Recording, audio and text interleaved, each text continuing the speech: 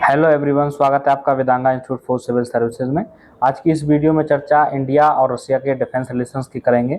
हाल ही में राजनाथ सिंह जो हमारे डिफेंस मिनिस्टर हैं, वो रूस दौरे पर हैं। मॉस्को में उन्होंने रूस के राष्ट्रपति व्लादिमीर पुतिन से मुलाकात की और इस दौरान एक नेवल जहाज INS तुसील को भारत को सौंपा गया है। ये रूस में बना है। आज की वीडियो में चर्चा करेंगे आखिर ये जहाज इतना इम्पोर्टेंट क्यों है भारत के लिए, और आखिर रूस के साथ जो एग्रीमेंट साइन हुआ था, और एक एग्रीमेंट और आपने देखा होगा S-400 मिसाइल सिस्टम, जो कि एक बड़ा एग्रीमेंट था रूस के साथ हमारा। आखिर ये सब प्रोजेक्ट जो रूस के साथ चल रहे हैं वो इतने लेट क्यों चल रहे हैं, क्या रीजंस इसके रहे हैं उसमें सबसे पहले। लेकिन इस वीडियो में हम ये देखेंगे कि तुसील जो INS तुसील है वो इंडिया रशिया रिलेशंस के लिए इतना इम्पोर्टेंट क्यों है। देखिए, एक छोटी सी वीडियो है ये जो लागू किया गया था, जारी किया गया था। रूस के कैलिनिंग्राड पहुंचे। यहाँ रूस ने आधुनिक multi role stealth guided missile frigate यानी INS तुसील को भारतीय नौसेना को सौंप दिया। मीडिया रिपोर्ट्स के मुताबिक INS तुसील को हैंडओवर करते समय रक्षा मंत्री के साथ एडमिरल दिनेश त्रिपाठी समेत कई वरिष्ठ सैन्य अधिकारी मौजूद थे। INS Tushil BrahMos supersonic cruise missile, सतह से हवा में मार करने वाली हाई रेंज मिसाइल और एंटी एयरगन जैसे कई आधुनिक हथियारों से लैस है। इसके अलावा इसमें controlled close range rapid fire gun system, submarine का खात्मा करने वाली टॉर्पीडो समेत कई एडवांस रॉकेट भी हैं। इसकी डिजाइन इसे रडार से बचने की क्षमता और बेहतर स्थिरता प्रदान करती है। मिसाइल को लेकर भारत और रूस के बीच 2016 में डील हुई थी, जिसमें ठीक है, तो 2016 में देखिए भारत और रूस के बीच में एग्रीमेंट हुआ था। ठीक है, उस एग्रीमेंट पर चर्चा करेंगे, लेकिन सबसे पहले हम INS तुसील के बारे में जान लेते हैं। देखिए, एक ये नेवल शिप है जिसमें अत्याधुनिक जो है वेपन्स लगाए जा सकते हैं, एंटी एयरक्राफ्ट गन, और खासकर ब्रह्मोस। इंडिया और रशिया के बीच में जो एग्रीमेंट होते हैं उसमें एक फ़ायदा ये होता है कि काफ़ी संख्या में इंडिया जो है रशियन हथियारों का यूज करता है, तो वो सारे लग जाते हैं। यूरोपियन के साथ ये दिक्कत आती है कि हम अपने वेपन्स नहीं लगा पाते। रशिया अलाउड ऐसा कर देता है, बाकी कंट्रीज ऐसा अलाउड नहीं करती। ठीक है, तो ये 2016 में ये डील हुई थी। 2016 में जो डील हुई थी भारत और रूस के बीच में, उसमें तय किया गया था कि 4 स्टील्थ फ्रिगेट के जो है वो $2.5 बिलियन की जो ये डील हुई थी। तो देखिए 2016 से लेके और अब आपका 2024 आ गया है। ठीक है, अब जाके इंडिया को पहली शिप जो है वो मिली है।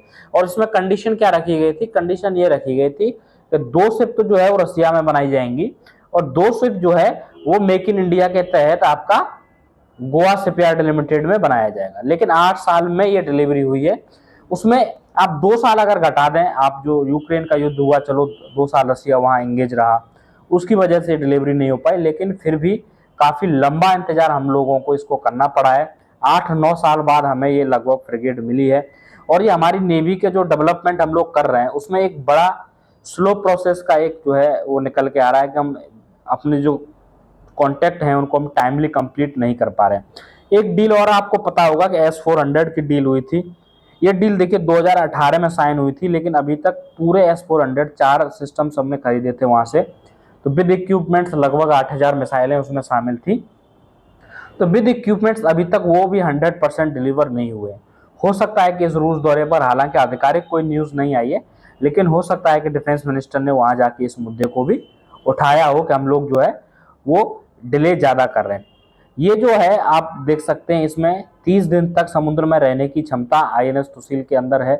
ठीक है, ये पहला शिप है। दूसरा शिप उम्मीद करते हैं कि नेक्स्ट ईयर के आसपास, लास्ट 2025 के लास्ट में हमें मिल जाएगा, जो कि लगभग इसी रेंज का होगा। वो भी 30 दिन से 35 दिन पानी में रह सकेगा। ठीक है, और वजन इसका जो 3900 टन है, 55 किलोमीटर पर आवर की स्पीड है, नेवल गन लगी होगी। इंडिया और रशिया के जो कंबाइंड वेपन्स हैं ब्रह्मोस है, ब्रह्मोस का नेवल वर्जन है। ठीक है, हो सकता है कि आगे चल के इसमें K4 या K15 जैसी मिसाइलों का भी यूज किया जाए। तो एक बड़ी उपलब्धि तो भारत के लिए है, लेकिन रूस और भारत के जो रिलेशंस हैं उसमें कहीं ना कहीं जो डिले है वो भारत को मजबूर करता है कि भारत इधर उधर भी देखे। हाल ही में आपको पता होगा कि जो तेजस प्रोजेक्ट हमारा जो चल रहा है, जहाज का जो प्रोजेक्ट है तेजस, उसमें कहीं ना कहीं आप देखिएगा तेजस वाले जो प्रोजेक्ट में जो अमेरिका है वो देरी कर रहा है। अमेरिका की वजह से क्या देरी हो रही है कि वो इंजन नहीं दे रहा है। उसमें अमेरिका का इंजन लगा हुआ है, आपका जनरल मोटर्स का 414 इंजन उसमें लगा हुआ है। तो यहाँ आज जब रक्षा मंत्री जब दौरे पे गए थे तो यहाँ इंजन को लेकर भी बातचीत हुई। रसिया ऑफर कर रहा था इंडिया को कई बड़े अपने इंजन जो है आने वाली पीढ़ियों के इंजन, जो हमारा 5th जनरेशन आ रहा है उसके लिए भी उन्होंने इंजन ऑफर किया, ऐसा सुनने में आया। तो कहीं ना कहीं जब डिले होता है तो इससे जो है समय की बर्बादी बहुत होती है और हमारा जो डिफेंस है वो तेजी से ग्रो नहीं कर पाता। नेवी की जो ग्रोथ है, हमारे टारगेट अच्छे हैं लेकिन हमने जो टारगेट रखे हैं हम उनसे बहुत पीछे चल रहे हैं। जो टारगेट हमने अचीव करने चाहिए थे नहीं कर पा रहे हैं। सेम स्थिति एयरफोर्स की है। एयरफोर्स में भी 30-32 स्क्वाड्रन हमारे पास बची हुई हैं अभी, ठीक है, क्योंकि मिक्स सीरीज के काफ़ी जहाज जो है वो रिटायर हो गए। तो उसके बाद अब आपको हमें एयरफोर्स का कहना है कि हमारे पास 41 फ्रिगेड होनी चाहिए। लगभग एक फ्रिगेड में 18 के आसपास जहाज होते हैं। लगभग हम 180 के आसपास जहाज हमारे पास कम है, मतलब अगर हम वॉर सिचुएशन से देखें तो काफ़ी ज़्यादा कमी इंडियन जो फोर्सेज हैं उनके पास अभी वेपन्स की है। हम मॉडर्नाइजेशन की तरफ जा रहे हैं, एक ग्रोइंग फोर्स हमारी बन रही है, लेकिन हमारी जो स्पीड है खासकर हमारे दूसरे देशों पर निर्भरता होने की वजह से, रूस की वजह से भी, कई रूस यूक्रेन युद्ध में फंस गया, अमेरिका खुद नहीं चाहता है बहुत अच्छे तरीके से कि भारत ज़्यादा हो, तो इसकी वजह से भारत को काफ़ी नुकसान हुआ है। हालांकि इसमें मेक इन इंडिया के तहत जो जहाज बनाए जाएंगे उनका अभी प्रोजेक्ट स्टार्ट होगा काम जब ये दूसरा जहाज हो जाएगा और उनको आते आते लगभग 2027, 28, 29 के आसपास का समय आ जाएगा, ठीक है। तो ये एक, हालांकि अभी भी फ्रांस के साथ एक डील साइन हुई है $1 बिलियन के आसपास, वहाँ भी हम राफेल जो है वो नेवल वर्जन राफेल का वो खरीद रहे हैं और वहाँ से जो सबमरीन है वो भी जो है फ्रांस के साथ मेक इन इंडिया के तहत डील हमारी साइन हुई है। तो डिफेंस को हम बहुत तेज़ी से आगे बढ़ा रहे हैं, लेकिन धीरे धीरे करके जो हमारी बढ़ाने की जो स्पीड है वो थोड़ी सी स्लो है। और उसका रीज़न ये कि है कि हमारे पास अभी टेक्नोलॉजी उतनी नहीं है कि हम पूरी तरीके से आत्मनिर्भर हो जाएं या फिर हम पूरी तरीके से टेक्नोलॉजी डेवलप करके काम कर लें। तो ये थी न्यूज़ INS तुसील के बारे में। और इंडिया और रशिया की जो डिफेंस रिलेशंस हैं उसमें कहीं ना कहीं टाइम जो है एक बड़ा बाधा बना हुआ है कि टाइमली डिलीवरी रूस नहीं कर पा रहा है, खासकर वॉर के बाद जो चीज़ें हैं। तो इससे कहीं ना कहीं समस्या भारत की सिक्योरिटी फोर्सेस को भी, और फिर मजबूरन भारत को यूरोपियन कंट्रीज़ या अमेरिका या किसी और देश की तरफ देखना पड़ता है रूस को छोड़ के, क्योंकि भारत चाहता है कि रूस के साथ हमारे डिफेंस रिलेशन रहें, क्योंकि रूस हमेशा हमारा साथ देता आया है और हो सकता है कि हर वॉर में वो हमारा साथ दे।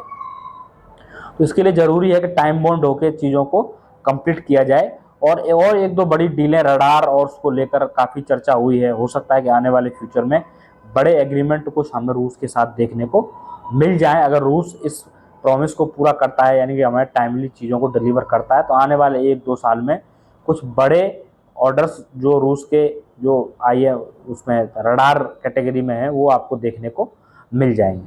तो आज की वीडियो में बस इतना ही रहेगा। काफ़ी ज़्यादा चर्चा थी INS तुसील की मीडिया में, और खासकर इस प्रोजेक्ट की, ये प्रोजेक्ट इतना डिले आखिर क्यों चल रहा है। 4 जहाज हैं, एक अभी मिला है, एक अभी एक साल के बाद हो सकता है कि मिले, और 2 फिर उसके बाद इंडिया में डेवलप किए जाएंगे, ठीक है। तो आज की वीडियो में बस इतना ही रहेगा।